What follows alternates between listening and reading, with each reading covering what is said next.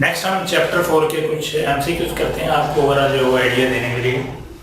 इस तरह के क्वेश्चन जो है पॉसिबिलिटी होती है। First question, how much work is required? How much work is required to stack one brick on another both having 10 centimetre thickness and mass of 3 kg। यानी आपने देखना है कि एक ब्रिक को हमने दूसरी के ऊपर जो है वो प्लेस की है, ठीक है। ये सरफेस ऑफ अर्थ है, ये एक ब्रिक है, इसके ऊपर ये एक ब्रिक जो है हमने रखी है, उसकी जो 10 सेंटीमीटर जो है वो थिकनेस है ब्रिक की। तो ऑब्वियसली आपको पता है ये ब्रिक क्या, ठीक है, ये इसकी लेंथ हो जाएगी, ठीक है। इसकी इस तरह हम जो लें अगर ब्रिक ये विड्थ हो जाएगी, तो ये उसकी थिकनेस है, बेसिकली जो हाइट का रोल प्ले कर रही है यहाँ पे।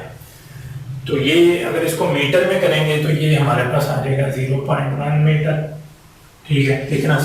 और मैस हमारे पास क्या आ रहा है 3, यानी ये h ले लें, आप इसको h कंसिडर कर लें। तो हमने फाइंड करना वर्क डन। तो बेसिकली यहाँ पे क्या हो रहा है, आपने इसको यहाँ से उठाया और यहाँ पे प्लेस कर दिया, ठीक है। आपने यानी उसको फोर्स लगाई और ऐसे ऊपर जो है वो प्लेस कर दिया, अगेंस्ट से ग्रेविटी जो है आप जा रहे हैं। तो ये हाइट तो आ जाएगी, लेकिन फोर्स जो है वो इस तरफ है, डाउनवर्ड फोर्स जो है वो लग रही है। आपने अगेंस्ट दी ग्रेविटी जो है उसको वर्क करके उसको प्लेस किया, तो इट्स मीन कि ये आ जाएगा mg वेट। तो work done simple formula use होगा mg h, ठीक है। और ये डाउनवर्ड है, ठीक है, माइनस आप यहाँ से यहाँ पे जो है वो लगाने साथ। तो इसके दरमियान जो एंगल होगा फॉर एग्जाम्पल, सारी बात है बिल्कुल अपोजिट है, तो एंगल जो है 180 डिग्री होगा। तो सिंपली आप इसको जो है वो सोल्व करें अगर आप, तो हमारे पास जो है वो, अगर इसको मैं इधर देख लूँ mg h cos 180 डिग्री आएगा, अपोजिट है, सारी बात है, ठीक है। माइनस mg h, ये पॉजिटिव हो जाएगा, इसका -1 आ जाएगा, ठीक है। सिंपली 3 का मास है 10, इसकी वैल्यू ले लें और ये 0.1, ये 10 हो जाएगा, पॉइंट का 1 आ जाएगा, ये कैंसिल हो गया, 3 आंसर आ जाएगा, 3 जाओ, ठीक है। तो ये सिंपल कैलकुलेशन है, थोड़ी सी स्पेस का इशू है, तो ये थोड़ा सा आपने देख लेना है। यानी ये इस तरह आप इसको जो है वो जल्दी से भी करेंगे, जब आपकी प्रैक्टिस होगी तो आप फौरन जो है वो फार्मूला लिखेंगे, आपको पता है अपोजिट एंगल, तो आप फौरन जो है इसको देख सकते हैं। The kinetic energy required to take out of earth's gravitational field is equal to, यानी आपने क्या करना है कि काइनेटिक एनर्जी फाइंड करनी है, ठीक है। ग्रेविटी से ऑब्जेक्ट को जो है वो उसके अर्थ की ग्रेविटी से बाहर निकालने के लिए वो किसके इक्वल होगी काइनेटिक एनर्जी। आपको पता है कि काइनेटिक एनर्जी का सिंपल जो फार्मूला हमने देखा था, हाफ mv/s का स्क्वायर। अब ये जो वैल्यू है v/s वो किसके इक्वल है, स्क्वायर रूट 2gr, इसके इक्वल है, स्क्वायर रूट 2gr। अब अगर ये वैल्यू आप इसका स्क्वायर कर दें, इसका भी स्क्वायर कर देंगे, तो ये तो आ जाएगी 4gr। ऑब्वियसली यहाँ पर पुट करेंगे m 4gr,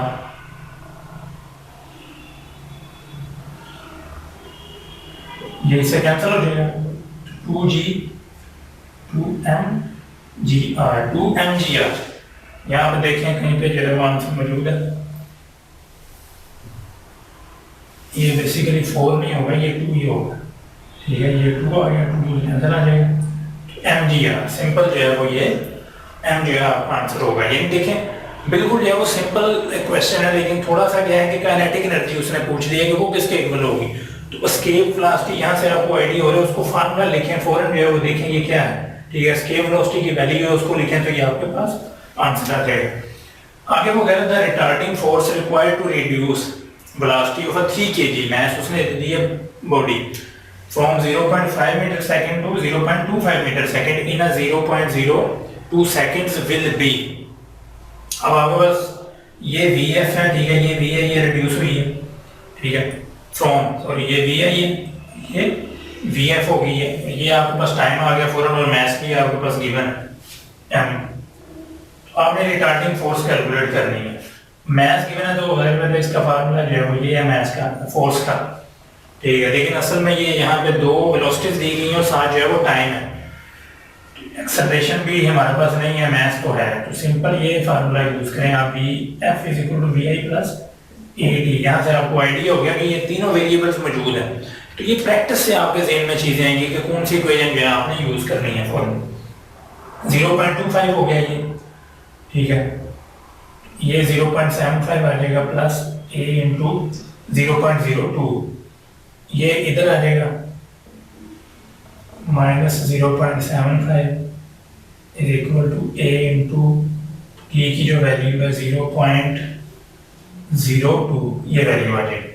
अब ये 0.5 हो गया, माइनस करेंगे जब ये माइनस इसके साथ आएगा तो ये a 0.02।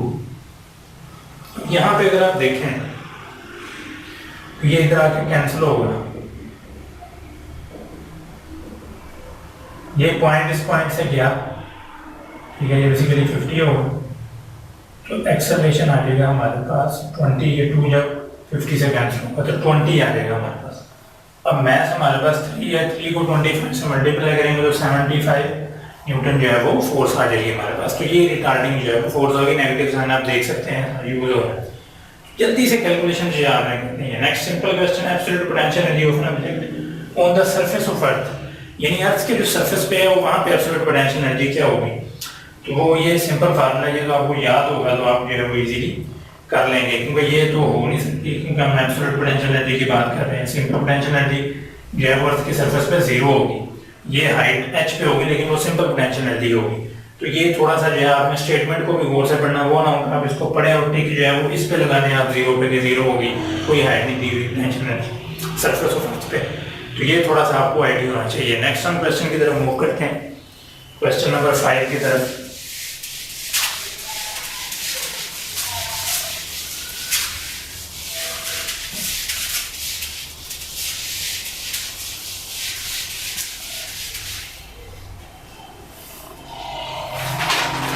क्वेश्चन नंबर 5 में वो कह रहा है द यूनिट ऑफ पावर,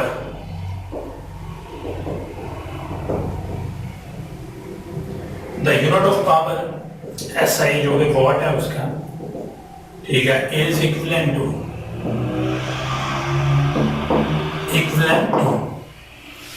इसमें अगर आप देखें तो ये चीजें लिख रहे हैं kg मीटर पर सेकंड,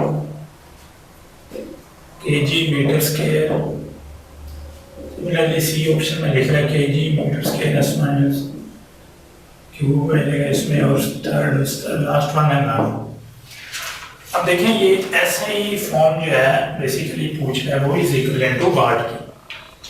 अब आपको अगर याद है कि वाट किसके इक्वल था, ठीक है, पावर का ये जूल पर सेकंड।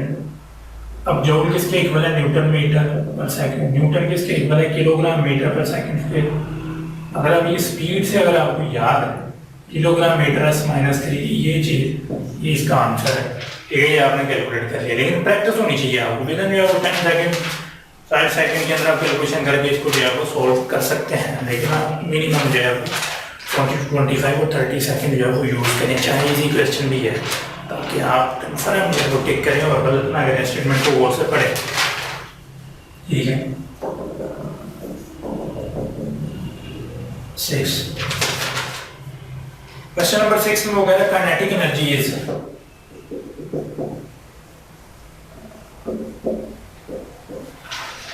काइनेटिक एनर्जी क्या है, वेक्टर क्वांटिटी है,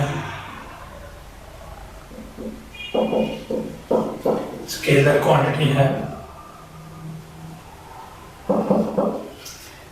देन क्या है, वेरिएबल क्वांटिटी है, ठीक है। जो लास्ट ऑप्शन है उसमें मेंशन्ड है कि नॉन। अब काइनेटिक एनर्जी के ये 4 ऑप्शंस हैं और आपने बताना है कौन सी ऑप्शन के लिए ये जो है फिट होती है, ठीक है।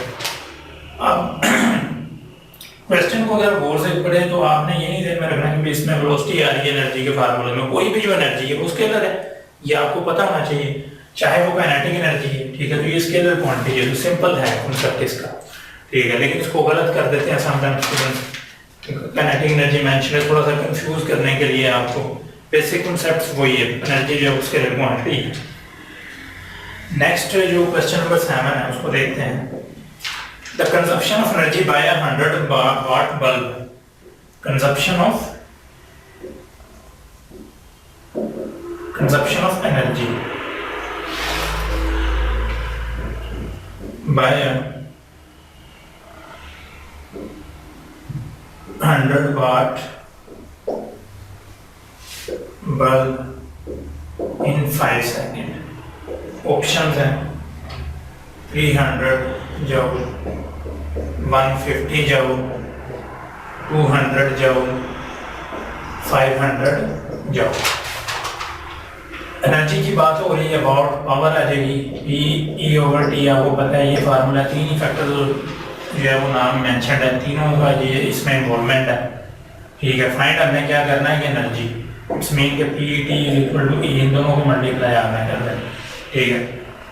तो 100, 500 जो ये सिंपलेस्ट क्वेश्चन है, ठीक है, जिसको आप इजीली जो है वो कर सकते हैं, और विदिन जो है वो 5 to 10 सेकंड के अंदर इस तरह के क्वेश्चन होते हैं, आपको टाइम मिलता है सेव करने के लिए, इस तरह अपना टाइम सेव करना। नेक्स्ट क्वेश्चन नंबर 8 की तरफ जाते हैं।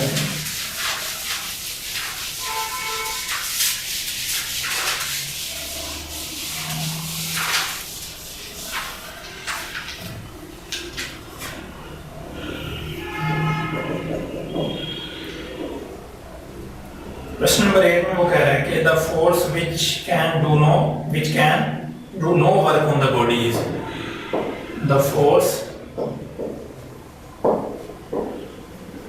which can do no work on the body is options, different options हैं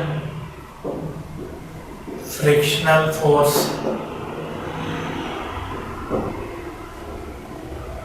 elastic force,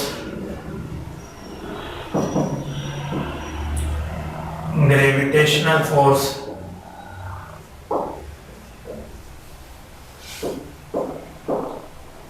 centripetal force।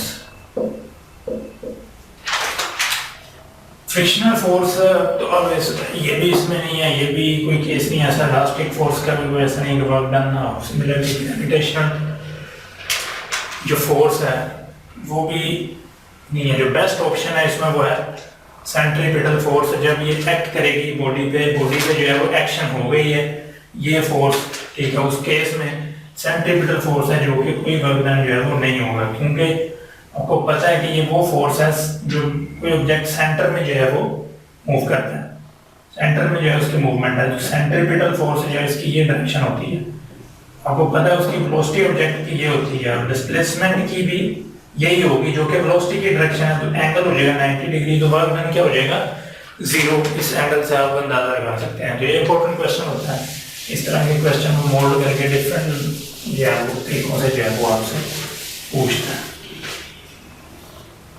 Next question number जो है 9, the momentum is numerically equal to kinetic energy, ठीक है। उसकी kinetic energy क्या है? Kinetic energy, what is the velocity of the particle की बात कर रहा है। पार्टिकल है, उसका मोमेंटम जो है वो काइनेटिक एनर्जी के इक्वल हो गया, तो उसकी वेलोसिटी क्या होगी, ठीक है। ये क्वेश्चन है, सिंपल स्टेटमेंट है, ठीक है। अब स्टूडेंट जो है वो इससे कंफ्यूज हो जाएंगे, उसने कोई वैल्यू नहीं दी तो ये पता नहीं क्या है, लेकिन इसमें कुछ भी नहीं है, सिंपल क्वेश्चन है। उसको फॉलो करें, मोमेंटम जो है वो काइनेटिक एनर्जी के इक्वल कर दें। mv हाफ mv स्क्वायर फॉरन फार्मूलाज लिखें, ये स्क्वायर से कैंसिल हो जाएगी, ये क्या mm से कैंसिल हो जाएगा, ये 2 इधर आ जाएगा और v आ गई, और ये 2 आंसर है, ठीक है। तो इस तरह के छोटे छोटे क्वेश्चंस थोड़ा सा इधर उधर करके जो सिंपल कॉन्सेप्ट से जो है वो यूटिलाइज किए जाते हैं ताकि आपको आइडिया हो जाए। लास्ट क्वेश्चन आज का हम देखते हैं, ठीक है, इस चैप्टर 4 के हवाले से। Number 10, which one defines power.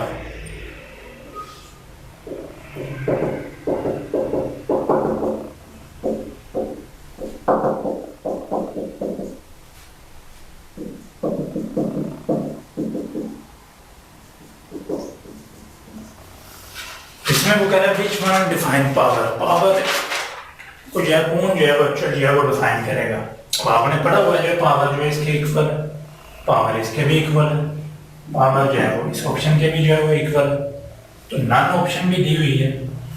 अब ये क्वेश्चन जो मेरा मेन पर्पज है लिखने का, इस तरह जो डिफरेंट ऑप्शंस डाल के ऑप्शन जो है वो अवेलेबल ही नहीं है, ठीक है।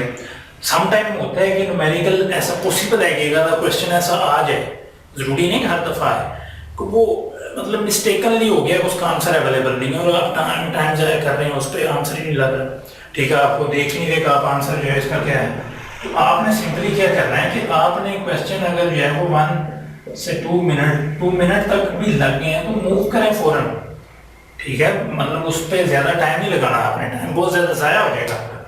तो इसमें ये ऑप्शन ही कोई नहीं है, तो इसके तो आपको नंबर वैसे ही मिल जाएंगे।